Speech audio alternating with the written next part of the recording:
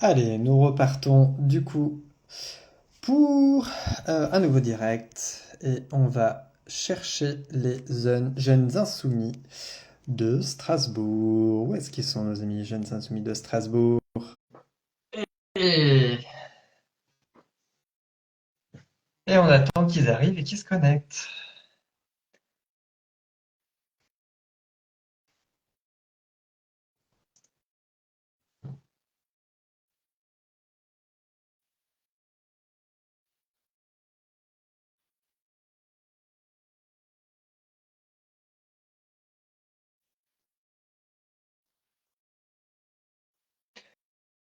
Et oui, le temps est un peu long parfois, mais on peut ponctuer avec la, les différentes actualités effectivement. Mais on attend toujours que je vois pas l'invitation. Il ne voit pas l'invitation. Invitation à rejoindre. Jeunes insoumis. Connectez-vous, les jeunes insoumis, s'il a bien reçu. Et bonjour à toutes et à tous. On cherche à inviter les jeunes insoumis à nous rejoindre. Les jeunes insoumis de Strasbourg, donc qui essayent de se connecter. Ah, mais voilà, ça y est, on a enfin réussi Enfin, après de grandes galères. Ça va, écoute, Benjamin? ça va et toi, Jean? Super. Bon, petit échec sur TikTok, malheureusement. Mais je crois qu'en fait, il y a une espèce de seuil. Salut, l'Archéron. Je crois qu'il y a un seuil de Hmm. 2000 personnes à avoir pour faire un live à plusieurs personnes. Et Ok, ça va. malheureusement, tu m'entends Ouais, je bien? t'entends très bien et toi? Nickel. Ouais, voilà, il y a un seuil, malheureusement. Et on ne peut pas faire de live sur TikTok, donc on le fera sur Instagram. C'est pas grave. C'est pas grave, ça marche aussi. Bon, on va continuer comme ça. Bon, ravi de t'accueillir en tout cas sur LFI Monde depuis Strasbourg, sauf erreur de ma part. Je rappelle un petit peu, l'idée de l'émission, c'est que tous les vendredis soirs, en fait, on essaye de faire un peu le tour de France de la jeunesse. Et notamment, là, on a fait une nouvelle émission. On essaye de développer TikTok et Instagram, donc on va le faire sur Instagram ce soir. Pas de regret. Et ça, c'était pour le comment et pourquoi un petit peu. Et on va découvrir qui es-tu, Benjamin? Qu'est-ce que tu fais? Comment t'es arrivé aux Jeunes Insoumis? Et je me souviens de toi, effectivement, aux Amphis. Tu ne passes pas inaperçu, mais de loin en fait, c'était mes premières amphis université d'été pour celles et ceux qui nous suivent. Tu ne passes pas inaperçu. Bah, présente-toi un petit peu. Comment t'es arrivé là en fait? Bah écoute, juste pour savoir, c'était les amphis de cet été ou c'était celui de l'année dernière? Je comprends Cet pas. été, Du coup, ouais. cet Je crois été, que d'accord. c'est cet été. Ouais, Ouais. bien sûr, c'était aussi. Ok. Bah déjà, je te remercie de m'inviter. C'est un peu une première pour moi, ce genre de moment, du coup, un peu interview, un peu question-réponse, parce que Ouais. bah, quand on est militant local, quand on est sur le terrain constamment, je t'avoue que c'est pas forcément ce au quoi on est le plus habitué, mais je te remercie beaucoup du coup de l'invitation et C'est merci de normal. mettre de la visibilité aussi sur ce qu'on fait sur Strasbourg. Du coup, bah, je me présente, je m'appelle Benjamin, je vais sur mes 26 ans à la fin du mois. Je commence à, je commence à être vieux pour les jeunes, mais ça va faire quelques années maintenant. Je suis chef pâtissier de profession, du coup. Intéressant. Euh, Moi, j'ai commencé du coup mon parcours professionnel à l'âge de 15 ans. J'ai commencé par un Ouais. CAP pâtissier, Ouais. puis un CAP chocolatier, puis des diplômes supérieurs dans les métiers de la bouche. Et bah, ça m'a tout de suite un peu ouvert les yeux sur ce qu'était le monde du travail et ce que c'était du coup le rapport au patronat et le rapport du coup à la domination du capitalisme, parce que très rapidement, dès l'âge de 15 ans, bah, j'ai subi des maltraitances lors de mes années d'apprentissage, physiques, morales. Je me suis fait taper, je me suis fait insulter, je me suis fait exploiter bien plus que de raison. Et à l'époque, gros big up à elle, je la citerai pas, mais elle se reconnaîtra si un jour elle voit ça, qui me disait, mais Ben, c'est pas normal. Tu sais, normalement, les apprentis sont censés être protégés. À ton âge, surtout, 15 ans, elle était bien plus âgée que moi. Elle me disait, mais à ton âge, tu sais, normalement, tu es censé avoir des horaires fixes, d'avoir des jours de repos fixes, Ouais. d'être bien traité, voilà, pouvoir apprendre correctement. Et à l'époque, j'étais un peu trop, du coup, dans ce tunnel-là où je me disais, non, mais il faut que je réussisse dans ce métier. C'est un peu ma dernière chance pour trouver un truc qui est intéressant et qui me botte, dans lequel je puisse m'épanouir. Et donc, j'ai complètement occulté toutes les sévices que j'ai pu vivre à l'époque. Et c'est bien plus tard, du coup, en 2016. Donc j'ai commencé en 2013 à travailler. Et 2016, loi travail, François Hollande. Oui, quel Ça, bon souvenir, effectivement. Des millions, enfin des centaines de milliers de personnes dans la rue et à mon avis tout un engagement de la jeunesse qui a commencé à partir de là des vrais mécontentements. C'est vrai qu'il a fait passer quelques lois sociales, mais économiquement, effectivement pour les jeunes et les jeunes qui connaissent la précarité, eh ben, effectivement c'était très violent. Peut-être peux-tu expliquer un petit peu le parcours traditionnel te convenait pas spécialement si tu t'es retrouvé pâtissier dans les métiers de la bouche, en fait. ouais, bah de par du coup un peu des trajectoires de vie personnelles du coup où Mm. j'ai eu quelques soucis lors de ma troisième et clairement c'était soit je redoublais soit je partais dans le milieu pro et au vu de ce que j'avais vécu en troisième j'avais aucune envie de redoubler pour aller en général et par la magie du stage de troisième, j'ai testé un stage en pâtisserie. Et je suis tombé amoureux de ce métier à ce moment-là.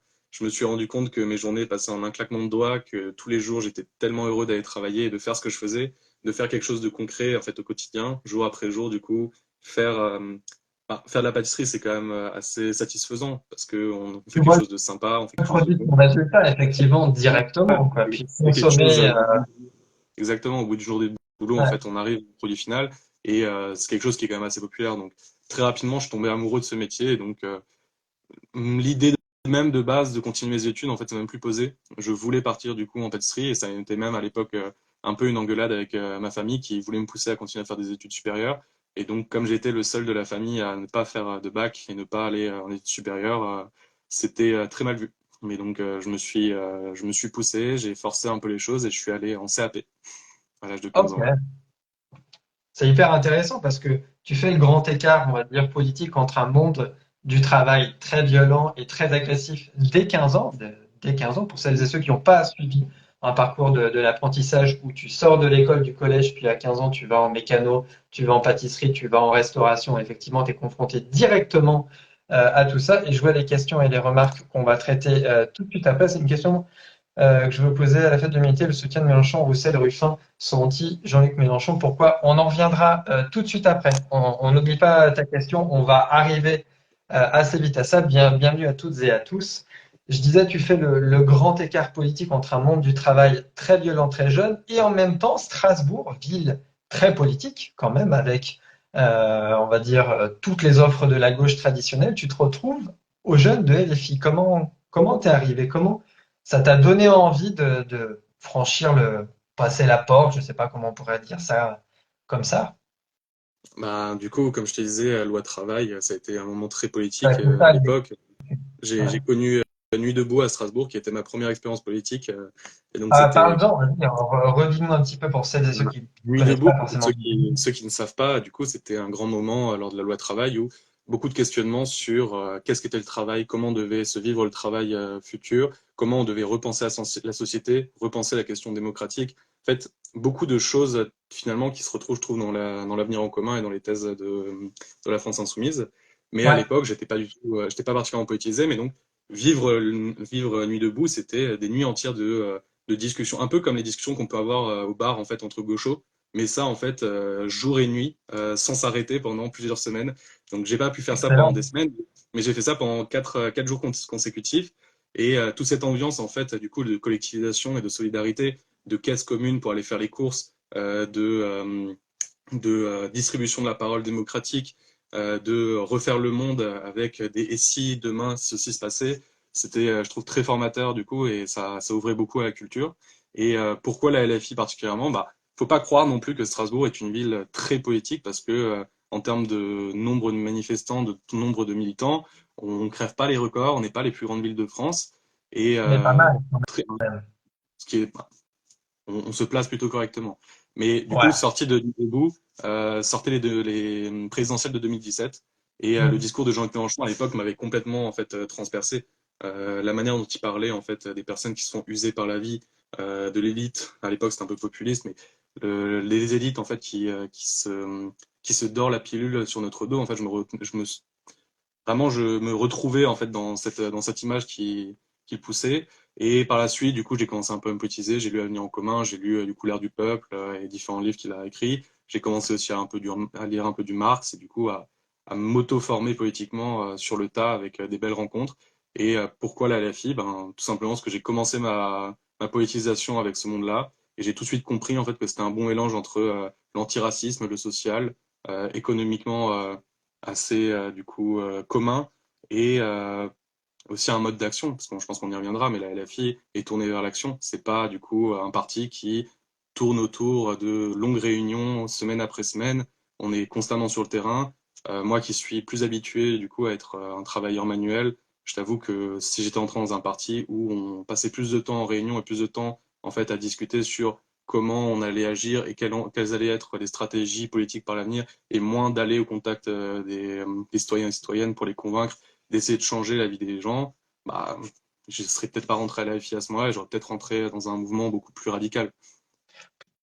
Ouais, effectivement, tu t'es pas retrouvé forcément, bien que il y a tous les aspects des organisations traditionnelles, quand même, avec des réunions à minima d'organisation, Mmh. des élections, et puis des soutiens très forts, effectivement, aux associations. On pourrait, moi, j'ai tout de suite en tête, tu venais de l'évoquer, enfin, antiraciste Assa Traoré, effectivement, Mmh. le frère d'Assa Traoré qui a été assassiné, quoi. Voilà, Oui, enfin, puis, je veux dire, oui, celui- faut dire ce qu'il y a, et qui est décédé dans un commissariat. Euh, Bah oui, après, ça peut être le soutien aux méga-bassines, ça peut être, comment dire, Ça contre peut être la 69. les piquets de grève aussi devant les fermetures d'usines. On en a vécu une récemment à Strasbourg. Et d'ailleurs, le député de la Circo 2, Emmanuel Fernandez, était pas mal présent il y a un an, du coup, là-bas pendant des mois et des mois. Et moi-même, j'ai fait les piquets de grève avec eux, des fermetures, du coup, de dépôts Amazon, là, pour le plan social. Mais bah, le CHU de Strasbourg n'est pas épargné, en fait, par la saignée, du coup, budgétaire que le monde de la santé vit en ce moment. Donc pareil, en fait, des mobilisations devant le CHU de Strasbourg, il y en a régulièrement, parce que bah, tout s'effondre actuellement. Donc, c'est sûr qu'à la LFI, il y a un large panel en fait, de sujets, on traite tous les sujets, et notre force réside dans le programme et dans la création intellectuelle qu'on a depuis quasiment toujours maintenant. La fille traverse ce qui était, on a eu nos discussions un peu en off et on va revenir à la question de l'Archeron, Ouais. si il ou elle est toujours là. On a eu des discussions effectivement. Bah, la LFI, comme toutes les organisations, traverse parfois des périples, Mm. des périples de grande taille. Il y a eu l'affaire effectivement Adria Quatennens. Bah ouais. Moi, je voulais savoir en fait qu'est-ce qui t'intéressait quand tu m'en as parlé, de savoir pourquoi tu veux en parler. C'est ça qui m'intéresse en fait. Et qu'est-ce que ça t'évoque comme changement? Qu'est-ce qu'il faut faire en profondeur pour que ça ne se répète plus en fait? Dans un premier temps, qu'est-ce qui t'intéresse là-dedans? Je vais savoir. Bah, ce qui m'intéresse, c'était de la relier aussi au groupe des Jeunes Insoumis de Strasbourg, parce que ça a Ouais. été une notoriété publique. On était un groupe, à l'époque, je venais d'être nommé co-animateur quand l'affaire est tombée, donc ça a été un gros dossier pour mes débuts en militantisme. Mais c'est quelque chose qui a structuré en fait le mouvement jeunesse à Strasbourg, la prise de position en fait contre la réintégration d'Adrien Quatennens à l'époque, et tout le battage médiatique qu'il y a eu derrière. Mais ça, Hmm. c'est pour la partie en fait médiatique. Mais je pense que ça pose beaucoup de questions en fait sur la capacité qu'a la FI à donner son mot en fait aux militants, comment est-ce qu'on applique en fait notre programme au sein de nos institutions, que ce soit du coup pour une forme de Ouais. démocratie interne, pour le respect des victimes, pour le fait de croire les victimes en priorité. Et bah, moi, ça m'a beaucoup intéressé parce que, comme je t'ai dit, à l'époque de l'affaire Quatennens, beaucoup de militants jeunes à travers la France sont partis. Du coup, ça a fait Ouais. beaucoup de mal. Et sur Strasbourg, c'est aussi le cas. On s'est retrouvé d'un groupe du coup d'une dizaine, quinzaine. On s'est retrouvé à 3-4 du coup quelques semaines après l'affaire Quatennens. Et on est parti de cette base-là, en prenant une ligne politique du coup qui est, à notre sens, du coup complètement celle de la France insoumise, mais accepter une radicalité sur en fait sur le féminisme. Et on a pris position du coup vis-à-vis de la France insoumise là-dessus. Et donc comment ça a structuré le mouvement, c'est que par la suite, lorsque les jeunes en fait ont rejoint notre groupe sur Strasbourg, l'idée était là. L'idée était là. Personne, du coup, ne pouvait nier en fait notre positionnement. Et donc, on a créé vraiment en fait une base forte de militantes et de militants sur Strasbourg, qui est de plus de 50 militants jeunes sur Strasbourg aujourd'hui, sur cette idée en fait d'écoféminisme vraiment très ancrée. Et donc, moi, je trouve que ça a été très intéressant. En fait, c'est tragique. Là, ce n'est pas la question. Mais ce qui est intéressant, c'est de voir comment est-ce que en fait ça a bousculé les groupes jeunes à travers la France et comment ça a poussé en fait à la création des boucles départementales par la suite, parce que la première en fait revendication qu'avaient les militants et militantes, surtout chez les jeunes bien sûr, c'était de pouvoir s'exprimer, de pouvoir voter, de pouvoir décider, de pouvoir en fait peser dans la balance. Et la création des boucles départementales, même si c'est imparfait, a été en fait un fruit de cette séquence-là, c'est-à-dire une étape intermédiaire entre les groupes locaux, très locaux, et un national. On avait du coup maintenant une forme de structuration départementale qui tardait à venir. Et je sais du coup que la fac Atin, ça a été un accélérateur énorme pour la création de ces boucles. Tu viens de le dire. Ouais, accélérateur, prise de conscience, plus jamais ça. En fait, plus jamais de violence. C'est la grosse bataille, effectivement, que tu dis que j'ai noté, c'est par l'application du programme, les violences sexistes et sexuelles faites à tous les individus. Hein. On n'arrête bien sûr pas ça qu'aux femmes et à tout Bien sûr. LGBTQIA+, etc., etc. Et effectivement, moi je partage ton avis sur sur le fait d'être rigoureux, voilà, d'être vigilant. Si vous voyez quelqu'un, on peut toujours le rappeler, et ça a été évoqué aux universités d'été de LFI, et j'espère que c'est porté partout ailleurs. Si quelqu'un est victime de violences sexistes et sexuelles, si vous êtes victime effectivement sur Internet d'acharnement avec des propos complètement déplacés, bah voilà, faut le signaler, il faut pas rester du tout inerte. Tout à fait. J'avais envie de traiter cette question, une question que je veux vous poser lors de la fête de l'humanité, donc la grande fête initiée par le Parti communiste. Je soutiens Jean-Luc Mélenchon. Roussel et Ruffin sont anti-Jean-Luc Mélenchon. Pourquoi? Est-ce que tu as une moitié de réponse? Est-ce qu'on peut essayer de porter une moitié de Mhm. réponse à cette question de l'Archeron? On va L'analyse que s'intéresser. j'ai, parce que c'est marrant, cette question-là, c'est quand même une question que beaucoup de militants insoumis se posent régulièrement, hein. Quel est le positionnement politique de Roussel? Quel est le positionnement politique de Ruffin? Et je pense pas que ce soit des anti-Mélenchon pur et dur, mais je pense clairement en fait que c'est un choc en fait de ligne politique. La manière dont voit actuellement le PCF, et c'est une critique, mais c'est juste une constatation surtout, voit la politique et la manière dont Ruffin le fait aujourd'hui, c'est en fait du class first. C'est de voir en fait la lutte des classes avant toutes les autres luttes possibles, alors que la LFI, on défend plus une forme d'intersectionnalité. Le fait que toutes les luttes doivent être menées en fait à la même échelle et doivent En même temps, progresser les unes après les autres. Pardon? toutes les luttes doivent être menées en Oui, même temps. tout à fait en fait. J'allais dire à la même échelle et à la même vitesse du coup. Même échelle, ouais, Parce voilà. que la question en fait, la question de la lutte des classes avancera en même temps que la question des féministes, en même temps que la question en fait environnementale, en même temps que la question LGBT. Toutes les luttes en fait se valent et c'est parce qu'on va mener une action en fait simultanée sur toutes ces luttes-là qu'on va réussir en fait à progresser dans la lutte des classes.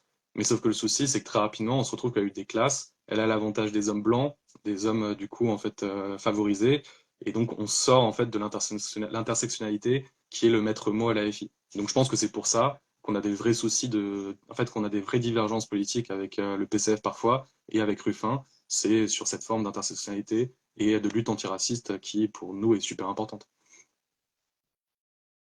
Je sais pas, c'est quoi ton avis Ouais, moi là-dessus? je te rejoins. Ça va, t'as toujours les mêmes connexions, ça va? Ouais, je te vois un peu moins bien, mais ça va pour le moment. Ça revient. Très bien.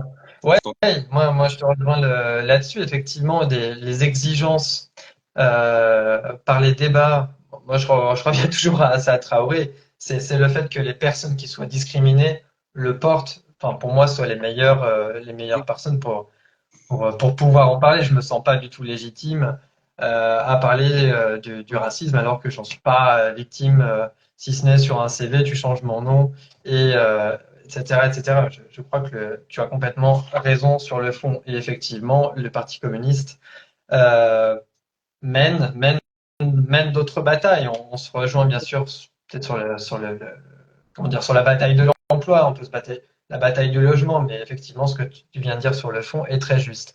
Pourquoi, autre question de Charlène, je pense qu'elle doit s'appeler comme ça.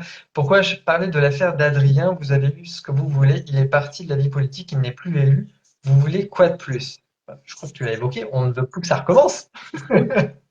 Puis la manière en fait, c'est que pourquoi est-ce qu'on en parle? C'était surtout parler en fait de un, comment est-ce que ça a façonné le groupe de Strasbourg, de deux, comment ça a façonné la France insoumise Ouais. sur le long terme, parce que ça nous a obligés du coup aussi publiquement, politiquement et en fait médiatiquement en fait à réagir et faire des choses qui je trouve n'ont pas été bonnes, mais on en a tous appris quelque chose. Donc En fait, là, poser cette question-là, c'est pas de ressortir des couteaux et de remettre des pics en fait à certaines personnes. C'est pas ça le but. Aujourd'hui, je pense qu'il faut voir l'affaire Quatennens comme une leçon politique et de voir en fait qu'est-ce qu'on peut en tirer. C'est surtout ça, je pense, le plus important. Et comme tu disais, que ça ne se reproduise plus jamais, ça c'est sûr. Mais voilà, il faut faire un peu son autocritique à partir d'un moment pour en apprendre quelque chose et pouvoir passer à autre chose par la suite. Tu m'entends?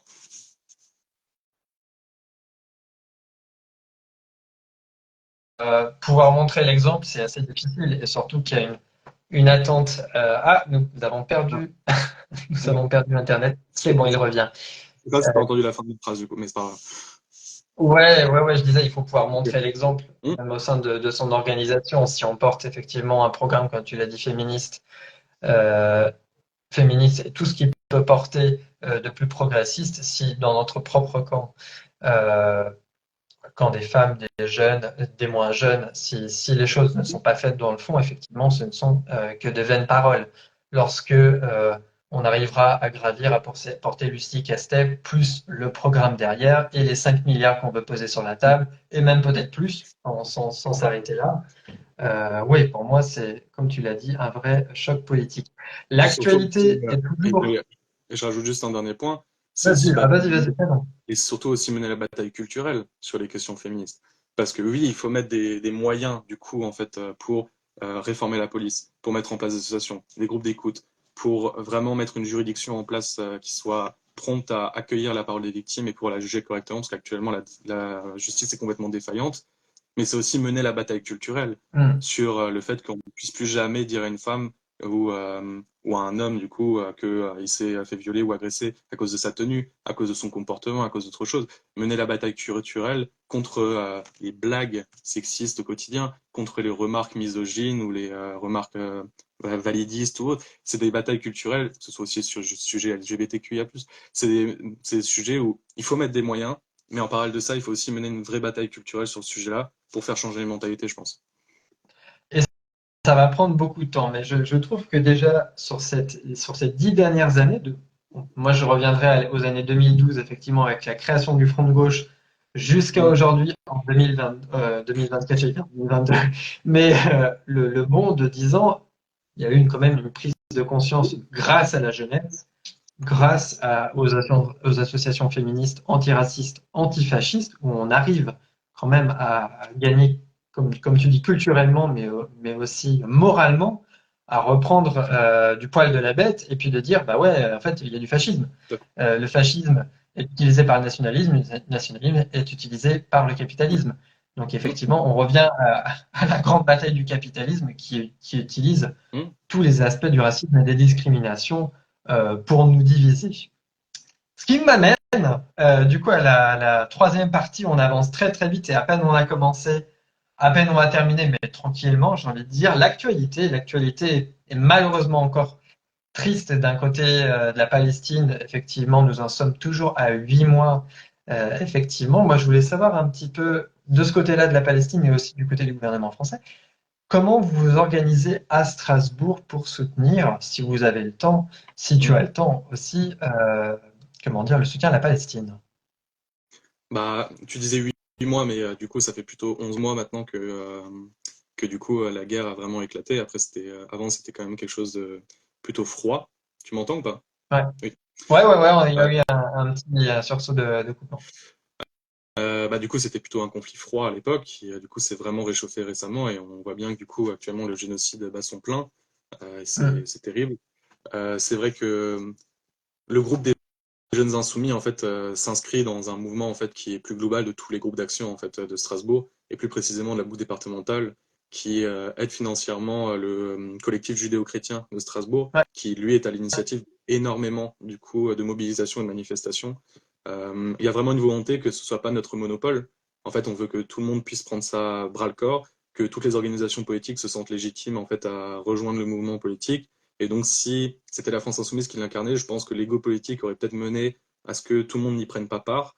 Et du coup, le fait qu'on on se repose sur une association qui soit un mix entre des personnes musulmanes et des personnes juives pour mener cette revendication-là, nous, en fait, on est juste en total soutien du coup du peuple palestinien dans cette lutte-là. Et on accompagne toutes les mobilisations, toutes les manifestations. Ah, c'est On chouette. tracte, du coup, Ouais. évidemment, avec nos RFI. Du coup, on continue à mener cette campagne au quotidien.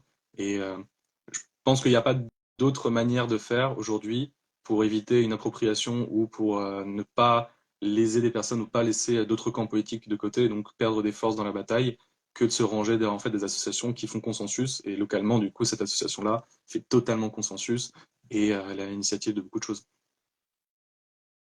C'est vrai qu'on allume la télé, on a l'habitude sur BFM, sur CNews d'avoir ces mêmes commentaires. J'aime bien en parler parce que comme ça, on a un petit peu un contre-feu.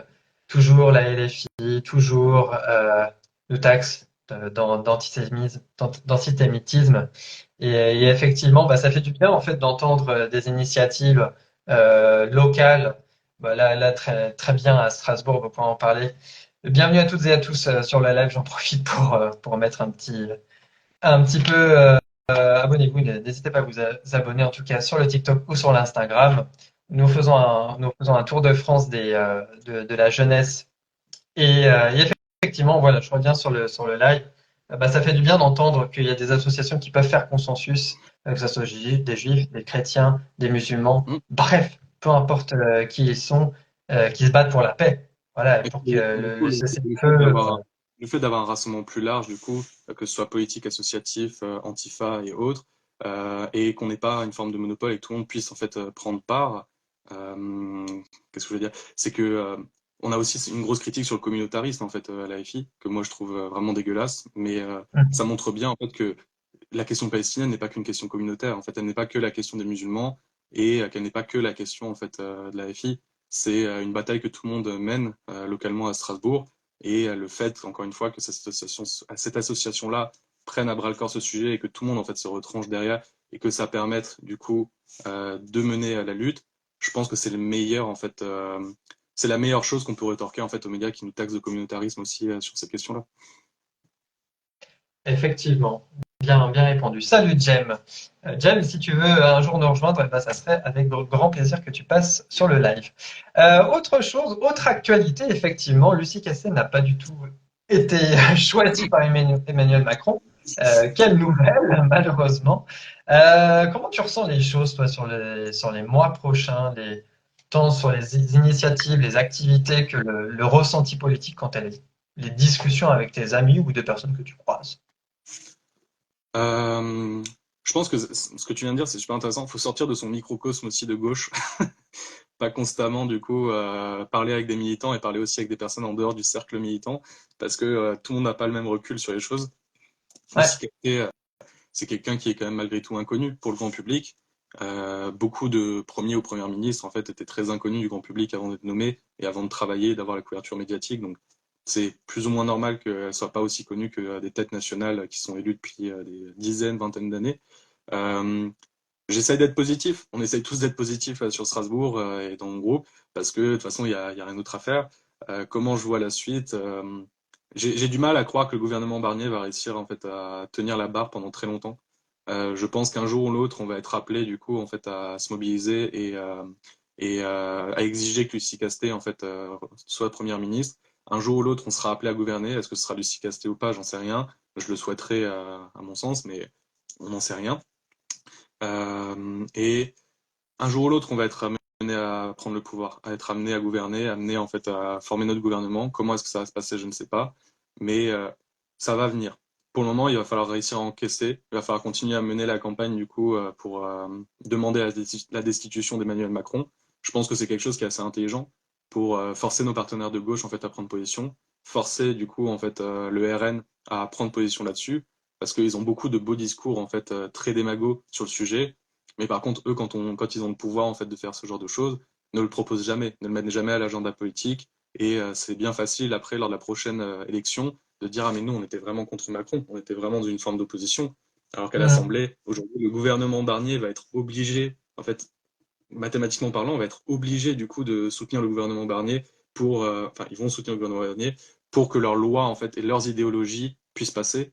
Donc, comment est-ce que par la suite, aux prochaines élections, ils vont pouvoir se présenter devant les électeurs en disant de un, en fait, bah oui, en fait, on a soutenu le gouvernement Barnier, mais on avait un intérêt là-dedans. et de deux, dire bah non, on n'a pas voté la destitution de Macron, mais promis, on est vraiment contre Macron. Je pense qu'on a tout à gagner dans cette campagne-là, en fait, de mener un vote à l'Assemblée et au Sénat, du coup, sur la destitution de Macron, parce que là, on verra bien qui est dans l'opposition et qui n'est pas dans l'opposition. Et faire tomber les masques, ça va être le plus important dans les semaines à venir. Ouais, moi j'ai bien aimé en tout cas l'idée de cet article de la destitution et effectivement ça amène une pression supplémentaire. Alors bon, l'aboutissement est une autre chose, mais de pouvoir le faire, enfin de pouvoir l'imaginer, c'est assez fort quoi. Le recours à tous les articles possibles, les différents 49.3, les différents 68, les différents machins choses, effectivement, ça amène qu'on lâche pas l'affaire. Et je pense que les manifs vont pas s'arrêter. Effectivement, comme le dit Magali dans le chat, les manifs ne vont pas s'arrêter. Enfin, ne s'arrêteront pas de toute façon jusqu'à avoir un gouvernement effectivement du nouveau Front populaire. Alors après la Constitution, ce gouvernement c'est un peu autre chose, mais de toute façon il y a un an, on va attendre un an jusqu'à ce que Macron décide peut-être de destituer peut-être pour avoir Après, pour rechercher on est une fatigué. majorité ou un groupe parlementaire et une majorité. Donc c'est ce que nous avons à faire. Et puis en attendant, bah, on va continuer à rencontrer les gens, les convaincre. Je pense que vous allez mener des prochaines initiatives, à mon avis, de peut-être de rencontres de quartier, rencontres d'appartements, peut-être de projections débat. Non, ça va être ça les prochaines initiatives. Bah, là, je t'avoue que du coup, au niveau Ou vous jeune, c'est avez- la rentrée, donc on est plutôt dans une phase de recrutement. Donc là, on n'a pas encore du coup d'idée de mobilisation pour l'avenir. Moi, je serais même sensible à te dire que il faut faire comme en 36, c'est-à-dire que ce soit un mouvement global, que ce soit associatif, que ce soit syndical, que ce soit politique. Parce que si la LFI part seule sur cette idée-là, en fait, de pousser pour un gouvernement NFP, euh, pousser seul sur une question de destitution, Ça se on n'y arrivera jamais. fera Parce pas. que Ouais. on n'a pas le poids politique actuellement, du coup, institutionnel pour le faire. Et je pense qu'on s'essoufflera trop vite à mettre nos forces dans une bataille qui est un peu vaine. Il faut que, comme l'a fait la CGT qui appelle à manifester pour le 1er octobre de mémoire, Ouais. il va falloir qu'on multiplie du coup les appels à manifestation, mais il va falloir que tout le monde y prenne part. Parce que des manifestations en fait uniquement à LFI ne seront pas très impressionnantes, n'arriveront pas en fait à casser ce plafond de verre. Tout le monde va devoir se donner du coup corps et âme pour aller dans la rue. Et oui, par la suite, on verra quelles seront les campagnes thématiques qui seront à mener pour soutenir en fait un gouvernement NFP. Même si aujourd'hui on est dans l'opposition, la gauche depuis des années n'a jamais été aussi forte dans l'opposition. On a vraiment un poids politique actuellement dans l'opposition qui est bien plus important que la dernière du coup législature de 2022 à 2024. Donc vraiment, il faut aussi qu'on se nourrisse de cette force-là pour mener les batailles du coup dans les institutions. Ouais, moi je trouve que on s'est sacrément renforcé, même pour je veux dire, les Français de l'étranger qui vivent en dehors du territoire. On a vu des personnes qui se sont dit merde, si c'est le Front National, je préfère l'appeler Front National parce que le Rassemblement c'est pas très clair. Même si le Front National, voilà, passe de 90 députés à 132, bon, demain ça sera effectivement, comme le disait Méluche, ça sera soit nous, soit les fachos.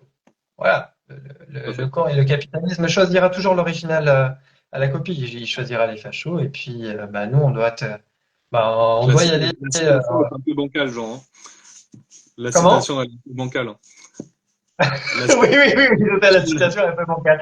Mais le fond est bien là. Ce sera nous ou les fachos. Voilà, bien sûr. ça sera tout. On Et sait de toute ce qui façon, va arriver. Donc maintenant, on va travailler pour ça. on l'a bien vu lors de la Seconde Guerre mondiale. Après, on prend souvent ce cas-là pour exemple. Mais le moment où en fait le capitalisme perd pied, le moment où le capitalisme en fait n'a plus la capacité d'imposer en fait par son Mm. idéologie et par les institutions en fait son emprise sur la nature, le peuple et sa prédation, bah, il mute en fait tout simplement. Le fascisme n'est que l'extension du capitalisme, la suite logique Complètement. des choses. Et ça, une fois qu'on en a conscience, en fait, oui, c'est soit eux, soit nous. Mais c'est aussi cette bataille culturelle qu'il faut mener. Faire prendre conscience aux gens que, en fait, il n'y a pas trois blocs. Il n'y a pas un bloc fasciste, un bloc capitaliste et un bloc social. En fait, le bloc fasciste n'est que l'évolution du capitalisme. Et ça, C'est son c'est bras. bah, Mais le bras armé du capital, c'est le fascisme, exactement. je vais te laisser le mot de la fin avant de rendre l'antenne. Bien sûr, n'oubliez pas de vous abonner à la chaîne et les Monde, ça fait toujours plaisir. J'espère que Jamie Odash nous regarde. On va lui lancer un petit message et l'inviter pour le prochain live. Ça fera un grand plaisir. Si tu as des connaissances, des jeunes aussi de la France, qui soient des Pyrénées, de Brest, de Lille, de Picardie, bien sûr, chez notre ami Ruffin, voilà, qui veulent s'exprimer et qui ne sont pas d'accord, et ben moi je me ferai un plaisir en tout cas de les inviter, ou de Paris, enfin, on s'en fout, hein, voilà. Vas-y, le mot de la fin avant de rendre les antennes et de vous laisser manger. Bah écoute, je sais pas si Charlène est encore actuellement dans le chat. De mémoire, du coup, c'est une camarade qui vient de Lille, du coup. Donc voilà, je pense qu'il a aussi beaucoup de choses à dire sur l'affaire Quatennens. Et moi, je pense que c'est simple de pouvoir en parler. Sinon, bah, je vous remercie à vous de l'initiative, ça fait très plaisir. Je remercie tous les camarades de Strasbourg, du coup, d'être présents et de nous soutenir. Et continuons la lutte, restons optimistes parce que je pense que les beaux jours arrivent et qu'il va falloir rester concentré et motivé. Merci à toi. Oui, et aller faire des études en tract, et puis bah, ne pas lâcher l'affaire, Non. on continue comme ça, on s'est venu aux amphis, et bah, il y aura d'autres événements qui nous amèneront à nous rencontrer, je l'espère, bientôt. Bonne soirée à toi, Benjamin, n'hésitez pas à vous abonner, à suivre Ciao, ciao. la chaîne YouTube LFI Monde et tous les autres supports. Vous pouvez vous informer sur sur les activités des jeunes de Strasbourg, sur leur Instagram ou TikTok. Ils partagent pas mal d'initiatives, pas mal d'événements. Donc, si vous êtes proche de Strasbourg, allez-y, foncez. Ils vous attendront ou ils feront des activités avec vous. Ciao, ciao, bonne soirée, salut Benjamin, salut du côté de Strasbourg. Prenez soin de vous. Bisous, ciao, ciao.